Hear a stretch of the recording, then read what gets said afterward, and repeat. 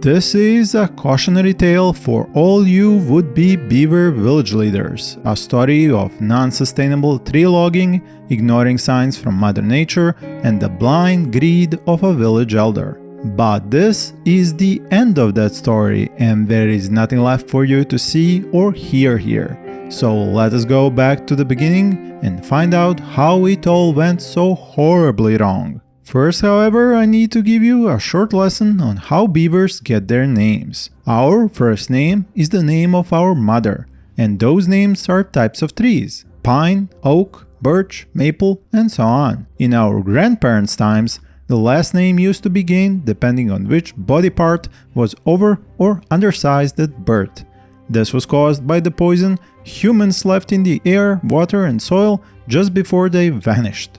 So these are tail, paw, claw, ear, and the likes. Nowadays, we are free to choose our own last name as the poison is gone and so are the deformities, but we have kept this tradition going. Now to begin the story in earnest. The elder, who was also the leader of this tiny tribe of beavers, was called Pinetail. He was not the oldest, but definitely the most experienced of them. They have followed him to the secluded canyon and made a new home for themselves. But why did they move here in the first place, you might ask?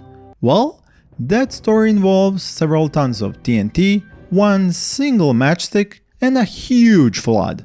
It is a cautionary tale in its own right, but one we will talk about some other time. First thing they did on arrival was to construct a district center on the riverside, and then most of them frolicked around, enjoying the beautiful scents, sounds, and sights of their new home.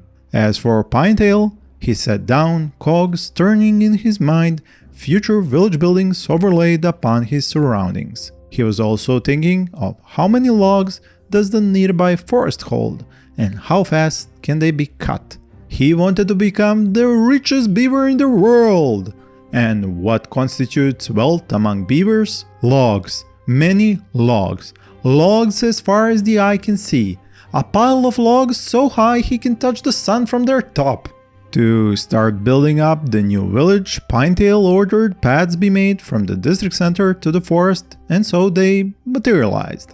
Some say they are built by some invisible, tiny and autonomous human contraptions left over from when their civilization ruled over the planet. Others say it is the invisible hand of some creator looking at the beavers through a window of sorts. But I say a rotten poop to all that nonsense. It is clearly the iron will of the beaver leader which bends the world to his needs. As paths reach the forest, Pinetail orders that lumberjack flags be set. Leading by example, he goes out to raise the first flag. Oak Paw, the tallest of them, follows him to raise the second one. They put their claws and teeth to work and finish quickly. Birch Ear and Spruce Leg become the first lumberjacks of Failville. Maple Eye, the sour grape of the tribe, soon joins them at the third flag. But then they just sit there, picking ticks out of their fur as no one marked any trees for them to chew through. Pinetail, on the other hand, takes a long look at the forest. He thinks to himself, I want all of it. No, I need all of it. The logs were calling to him. He could already see them stacked in neat piles, one on top of the other, as far as the eye can see. Using the beaver's main form of communication, he sends out his command telepathically. Cut it all down. Birch Ear, Spruce Leg, and Maple Eye stir into action, teeth and claw gleaming in the bright sun as new sounds fill the forest. The sounds of tree bark splitting, teeth biting, claws scratching. Birch Ear is like a lava flow, unstoppable and single-minded. Spruce Leg takes her time, apprehensive about the future of the forest. But Maple Eye already knows that cutting every tree in sight will leave no way for the forest to recover. Nothing will grow here when we are done. I have seen this kind of destructive greed before. But her thoughts remained private. Once Pinetail had a taste of fresh logs, his appetite only grew.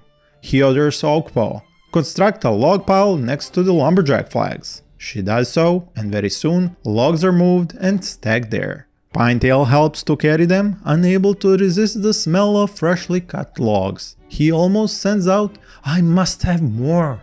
but he catches himself and his bursting enthusiasm. Soon, the first children among them, Oakfinger, Maplenose, and Spruce-Tooth, add their voices to the telepathic chorus. We are hungry! We are hungry! Reminded that this tribe has many mouths to feed, Pinetail goes to a field of berry bushes, sets up a gathering flag and calls, Cedarpaw, start collecting here. He does so and stockpiles them at the district center as the sun sets on the village. It is their first night in the canyon's valley and they have no homes to sleep at. But Pinetail is unconcerned. We must forego the comforts of lodges until we construct a water pump and a tank as well as a warehouse, he announces and continues. The berries must be kept safe from our naughty little ones. Everyone strikes their tails at the ground thinking Oakfinger, Maplenose, and Spruce-Tooth, while Pinetail mutters to himself as he works, and from that old hag Spruce's ear. Because it is well known she had a sweet tooth the size of a mountain and a gut to go with it. Becoming exhausted, everyone goes to sleep on the valley floor for the night. Ashclaw and Ashtooth snore in unison and so loudly that boulders start rolling off the nearby mountains. The old bones of human skyscrapers start to vibrate, but they still stand upright in the morning. A new dawn breaks through the canyon's walls. The builders among them start new construction projects. Pinetail doesn't like having to use his pristine new logs for all those new buildings, but he knows some things are simply unavoidable, like collecting fresh water for drinking. So, with a heavy heart and a sore shoulder, he keeps up the work. Maple Eye continues bringing in new logs from the edge of the forest as she cuts down tree after tree. Being so close to the construction of the water pump and tank, she can't help herself and tries to express her concern about cutting the trees indiscriminately. Listen to me, please! We must keep at least some mother trees untouched, so the forest can regrow. But Pinetail hears none of it, and even turns his back on her. Meanwhile, Cedarpaw keeps picking one berry bush at a time and hopes the warehouse will be constructed so there will be more room to store food and for his round trip to be shortened. My paws are sore and my feet have blisters, he tells passing beavers. They show sympathy, but they have their own hardships. He sighs and looks over to the riverside. The water pump was constructed and the water tank is close to being finished. The village will soon start to stockpile water for the inevitable drought, which can hit with only a few days of warning. As they all know, droughts are the main reason so many beaver colonies have failed in the past. You have been keeping yourself busy, I see, says Oakpaw to the busy beavers at the lumberjack flags. So many stumps. But this isn't right. We shouldn't be cutting everything in sight, Spruce-Leg fires back.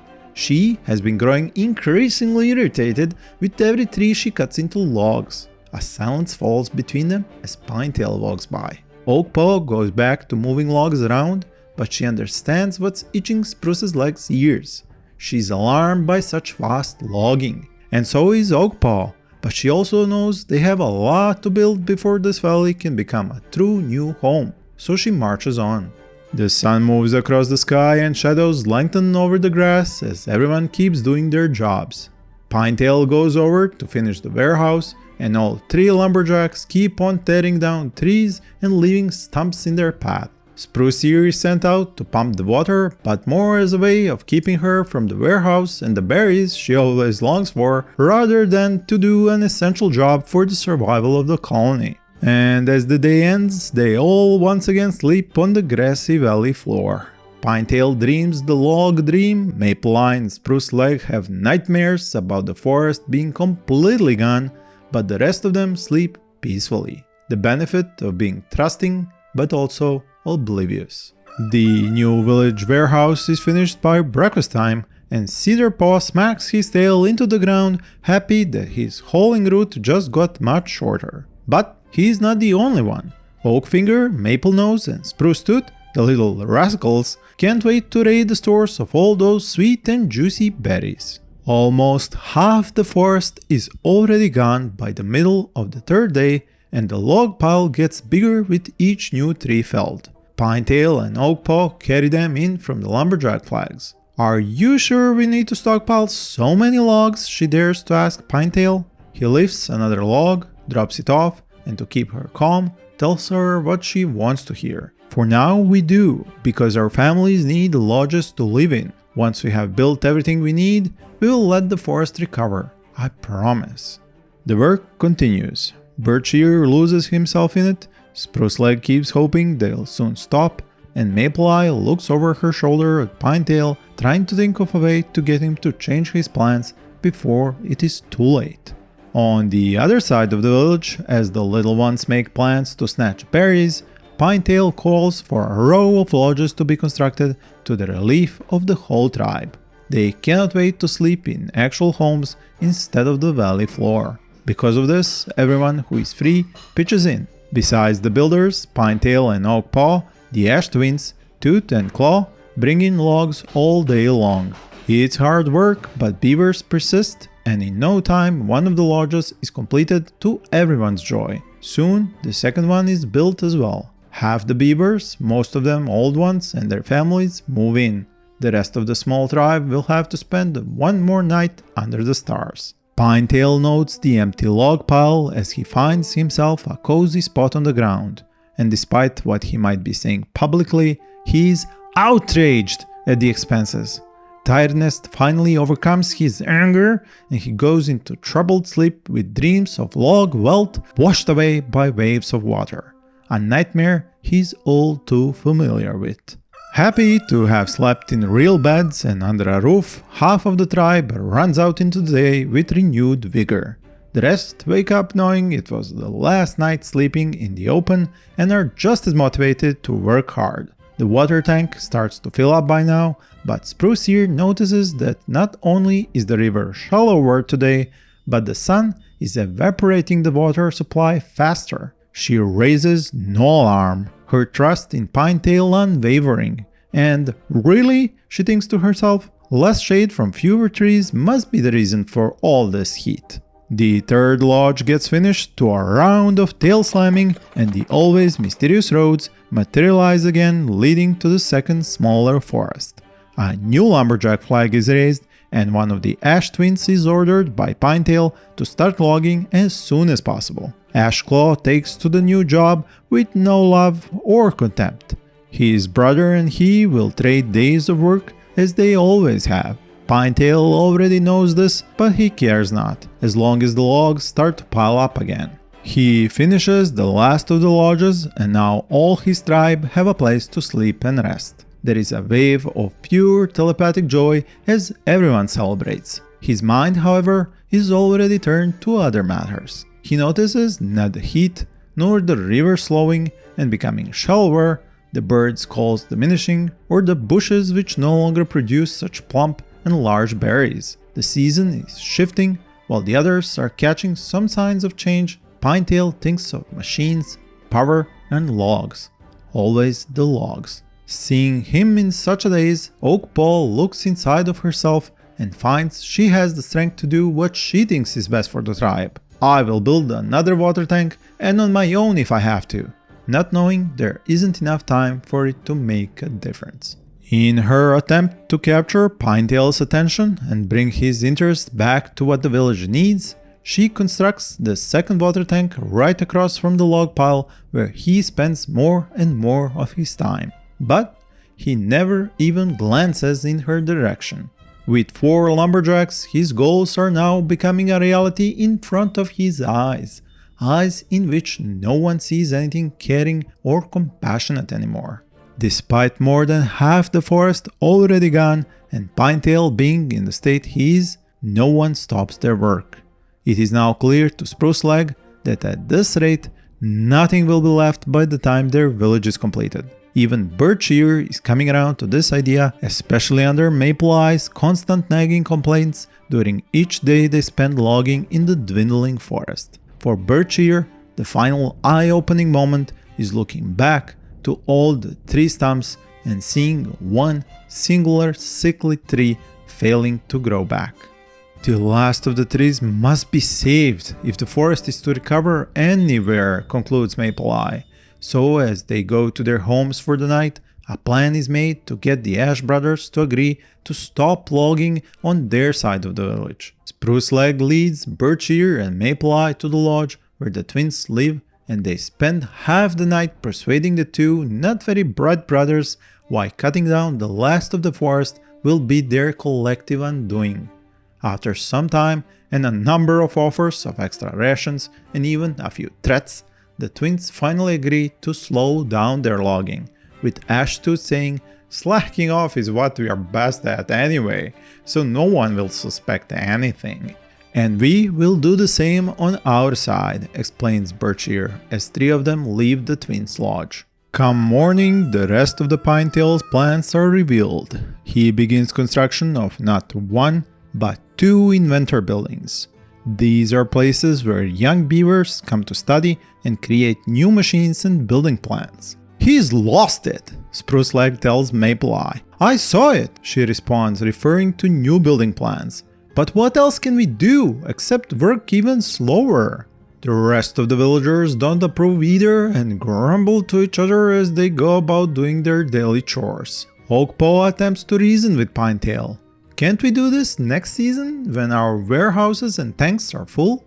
Spruce Ear says she can't even feel. Who cares what that mouth-stuffing old hag has to say? Pinetail sends telepathically, adding a growling sound rumble to it. It makes Oakpaw's fur stand up as she both hears and feels the menacing tone of Pinetail's response. She runs away, not having it in her to stand up to him alone. Knowing now that unrest must be spreading within his tribe, Pinetail decides to construct a campfire, but only after the completion of the two inventor houses. There, he thinks to himself, next to a warm fire and with a full belly, I can persuade all of them that my plans will work, knowing full well he will have to smooth their ruffled fur or they will not follow him anymore. He plans to give the honor of being inventors to young Spruce Tooth and Maple Nose, thinking that with one move he will appease their mothers Spruce Leg and Maple Eye.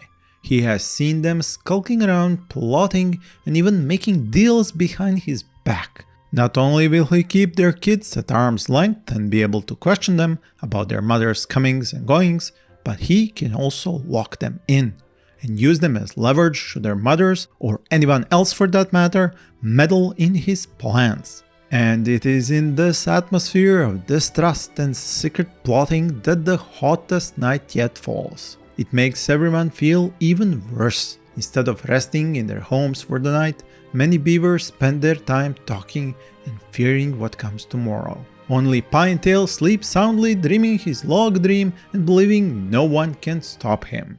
Rushing out next morning, most villagers try to stockpile water and food at their lodges.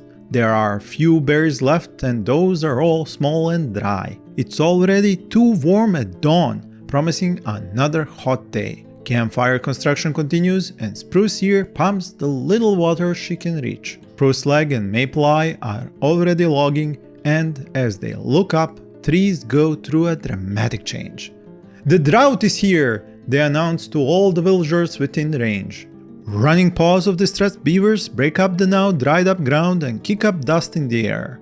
As the day goes on, the entire village turns into barren land. Cedar Paw rushes to bring in the last of the berries, regardless of their sorry state. He and Spruce Ear are the first to witness the river going dry and even the whole riverbed cracking open in the unyielding heat of the sun.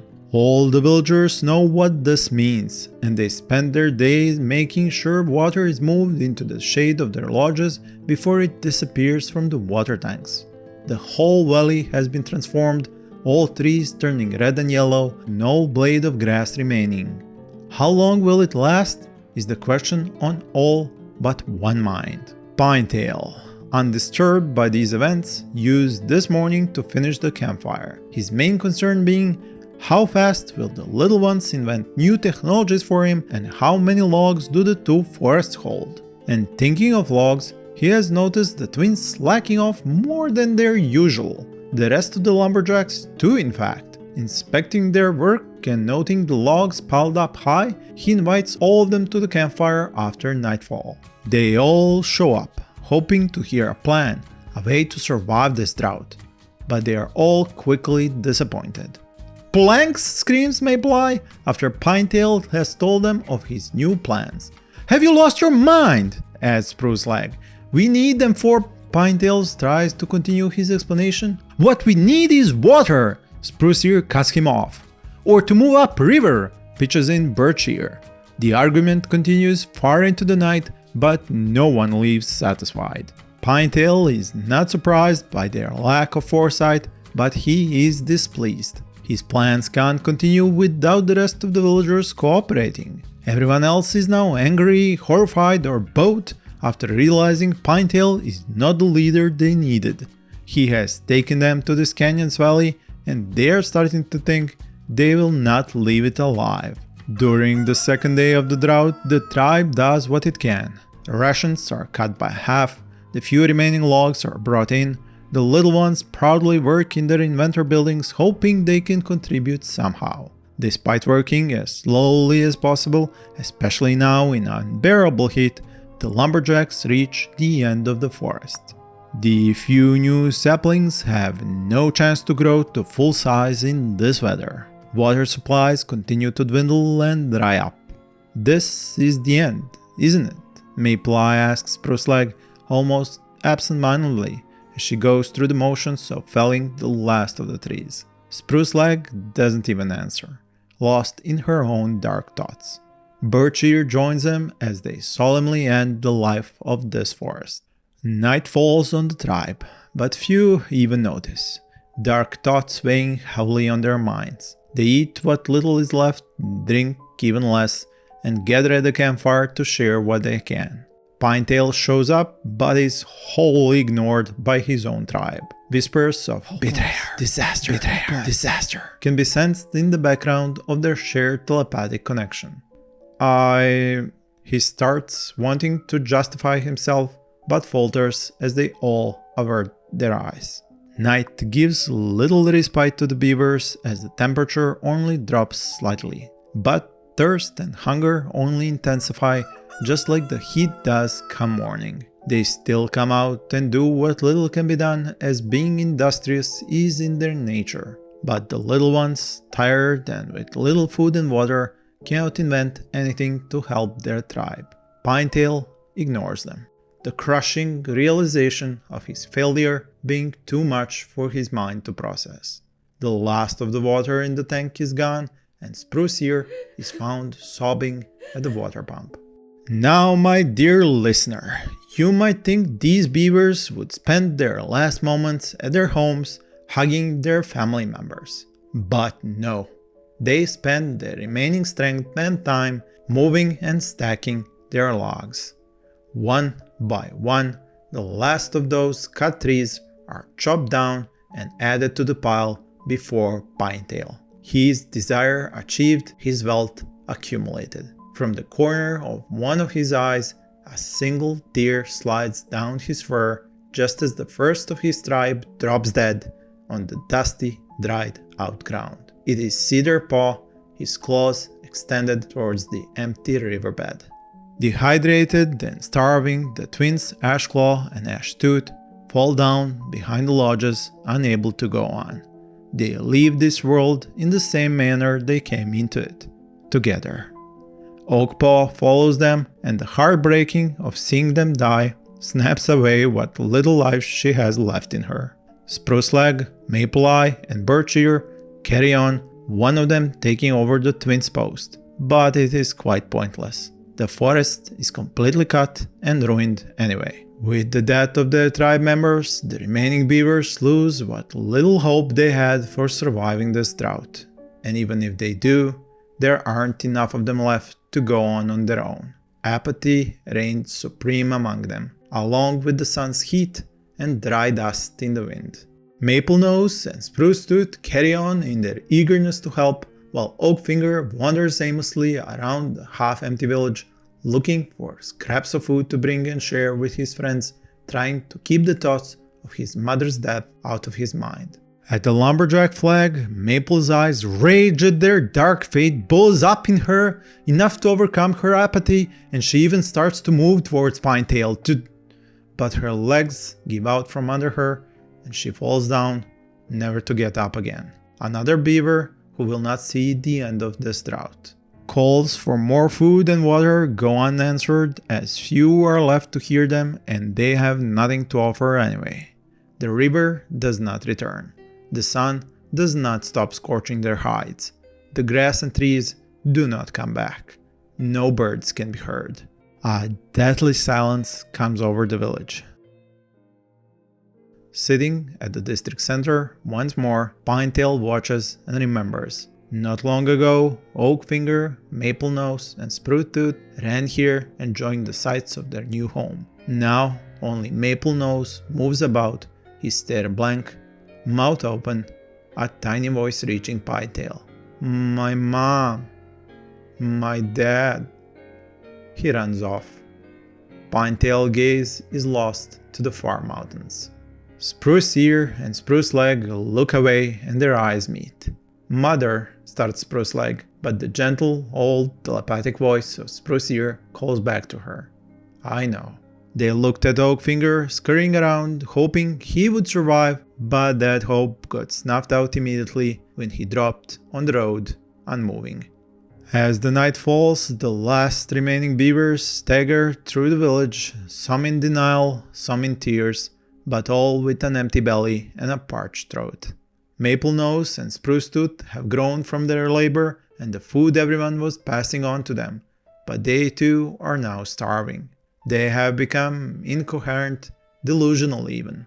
No one says anything to anyone as they stagger about, and Spruce Leg does not even register when her mother's heart gives out, right there on the path. By the time the shock of it breaks her from her stupor, her mother's body is already gone, disassembled to its constituent elements. On the dawn of the 10th day and the 4th day of the drought, Bircheer barely makes it out of his lodge before he collapses at the campfire, his final breath barely disturbing the dusty path on which he lay. Maplenose dies mere moments later, barely managing to step out of his inventor building. It happens right in front of Spruce Leg, but by now her mind is completely dull. She doesn't even cry or move, her gaze fixed on the other inventor building where her son, Spruce-tooth, still toils away aimlessly, even with no one left to invent for. Live, my son, she sends him telepathically as she watches the building stop turn. She thinks back to the first day here, how happy they were, how excited everyone was to start a new life in this valley. Now she only sees dust, dead trees, and the useless wealth of logs piled in front of her. There, her mistake, blatant and raw, like a splinter in her eye, burrowing deep, a pain with no equal.